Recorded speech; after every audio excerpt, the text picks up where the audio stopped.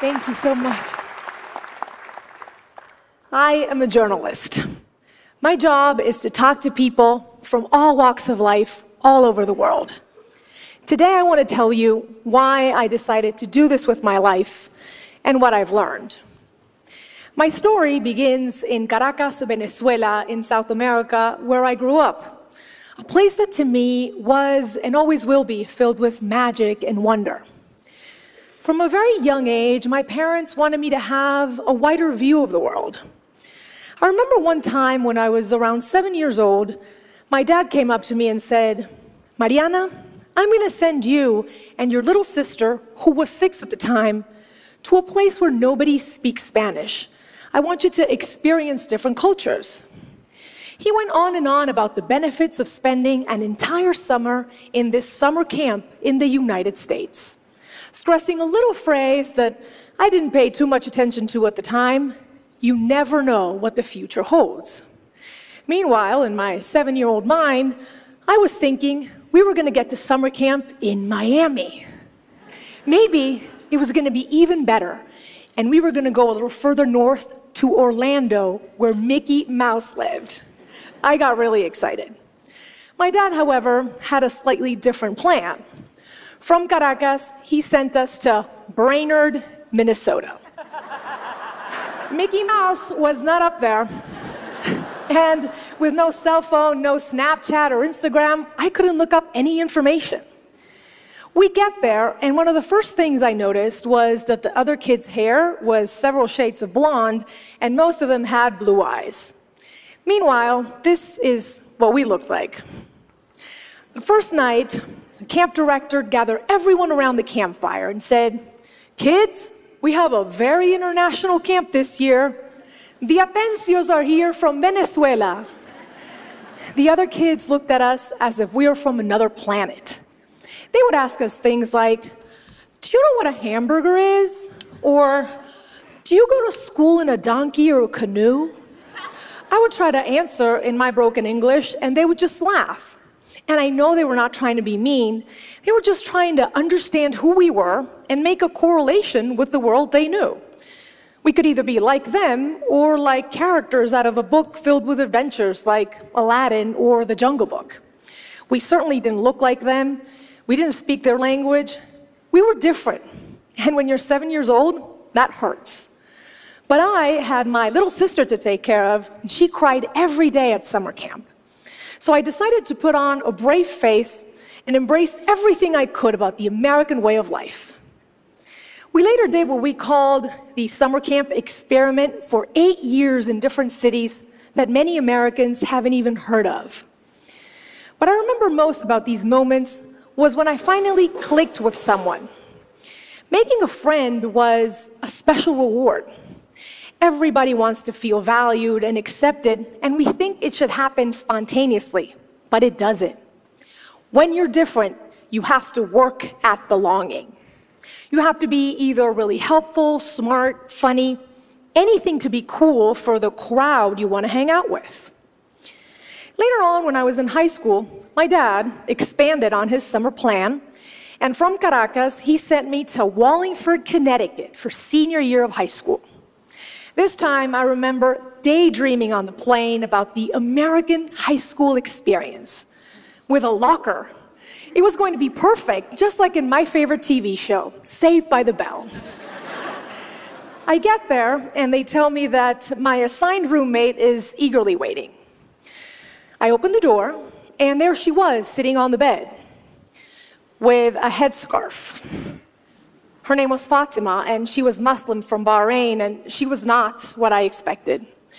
She probably sensed my disappointment when I looked at her because I didn't do too much to hide it. See, as a teenager, I wanted to fit in even more. I wanted to be popular and maybe have a boyfriend for prom. And I felt that Fatima just got in the way with her shyness and her strict dress code. I didn't realize that I was making her feel like the kids at summer camp made me feel.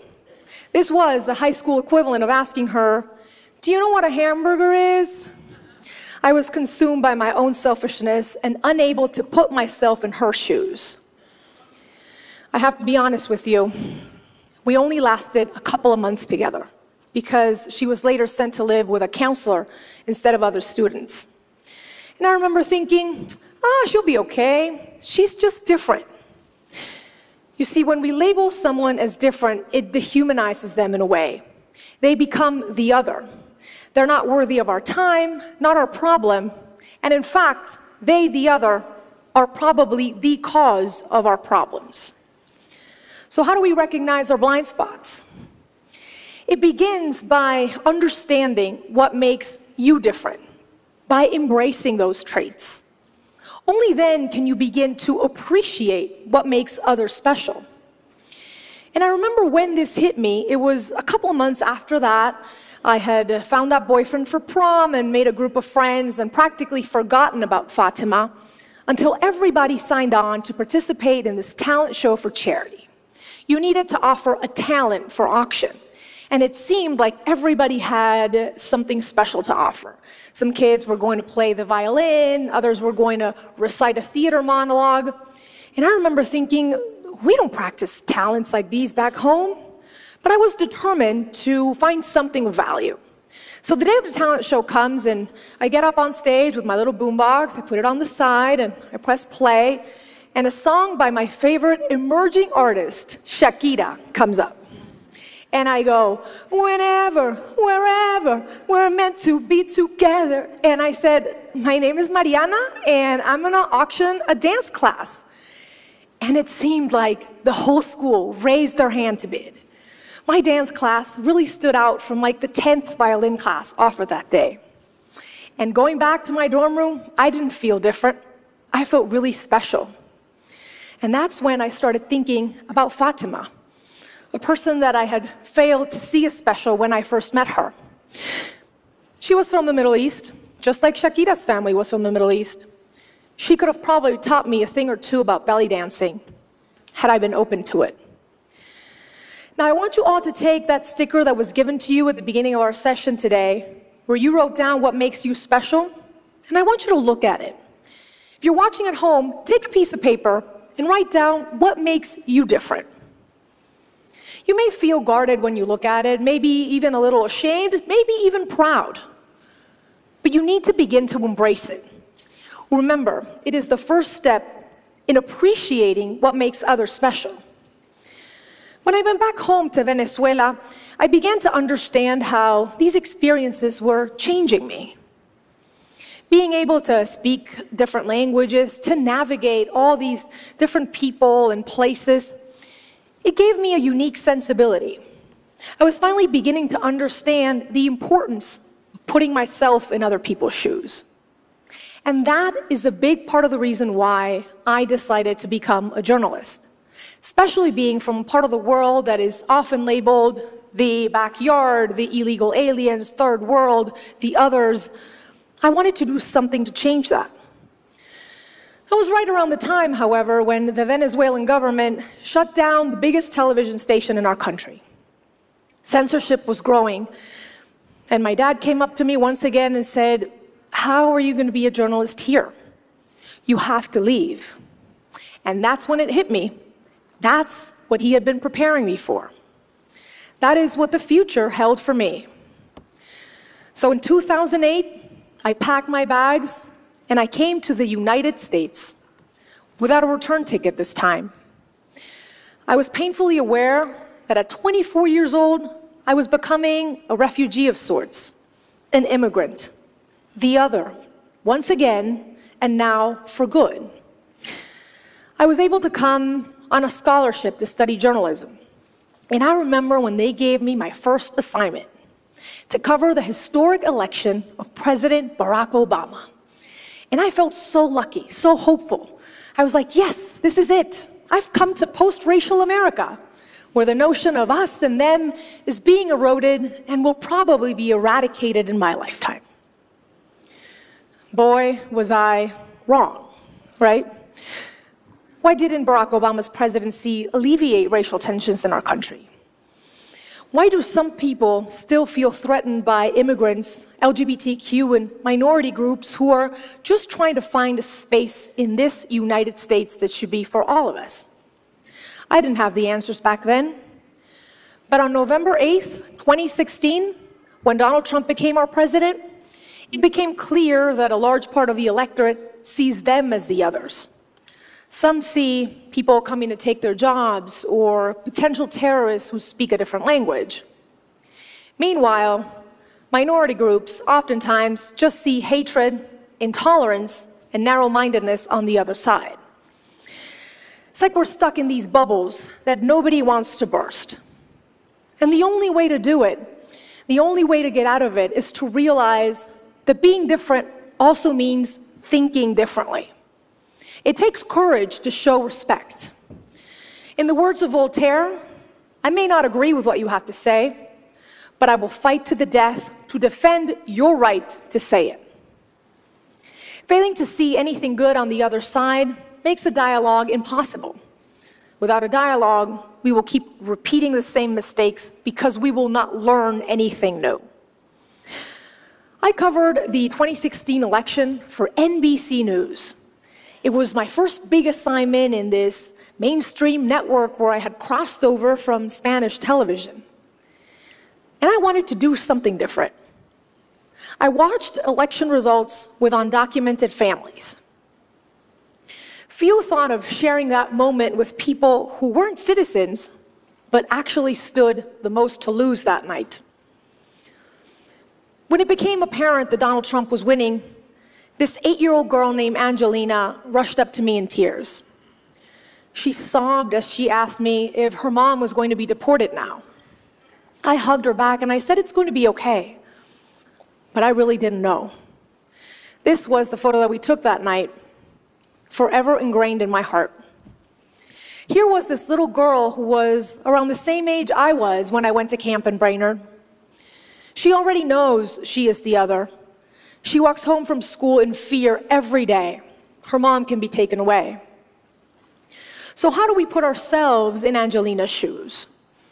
How do we make her understand she is special and not simply unworthy of having her family together?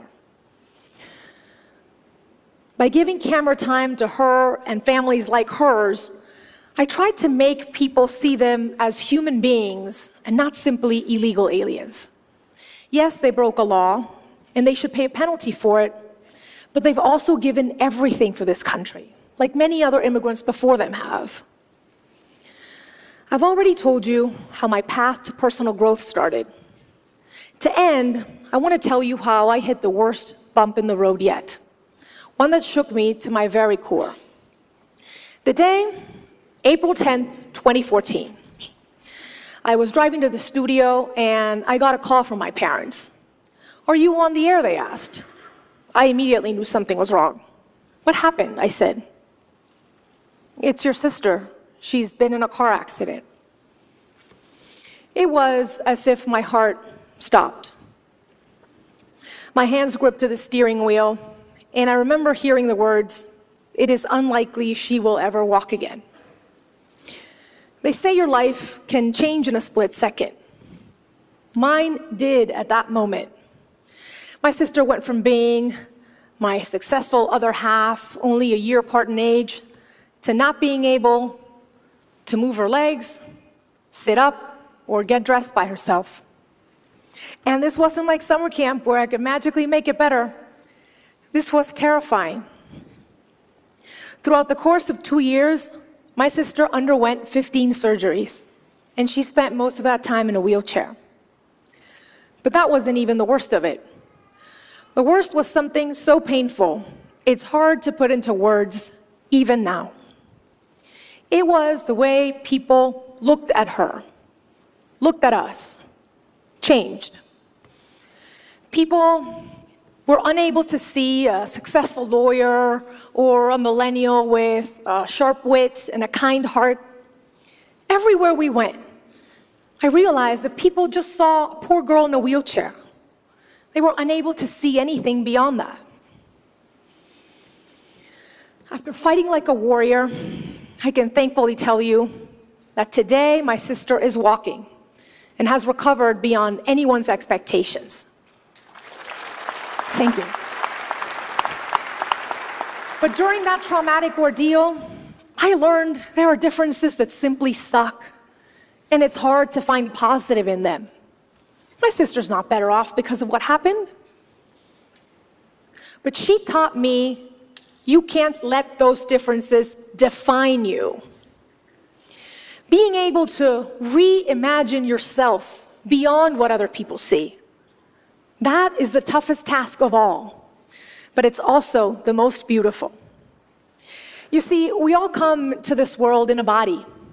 People with physical or neurological difficulties, environmentally impacted communities, immigrants, boys, girls, boys who want to dress as girls, girls with veils, women who've been sexually assaulted, athletes who bend their knee as a sign of protest, black, white, Asian, Native American, my sister, you or me.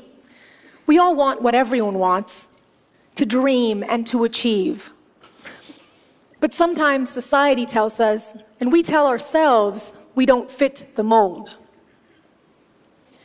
Well, if you look at my story, from being born somewhere different, to belly dancing in high school, to telling stories you wouldn't normally see on TV, what makes me different is what has made me stand out and be successful. I have traveled the world and talked to people from all walks of life. And you know what I've learned? The single thing every one of us has in common is being human. So take a stand to defend your race, the human race. Let's appeal to it. Let's be humanists before and after everything else. To end, I want you to take that sticker, that piece of paper where you wrote down what makes you different, and I want you to celebrate it today and every day. Shout it from the rooftops.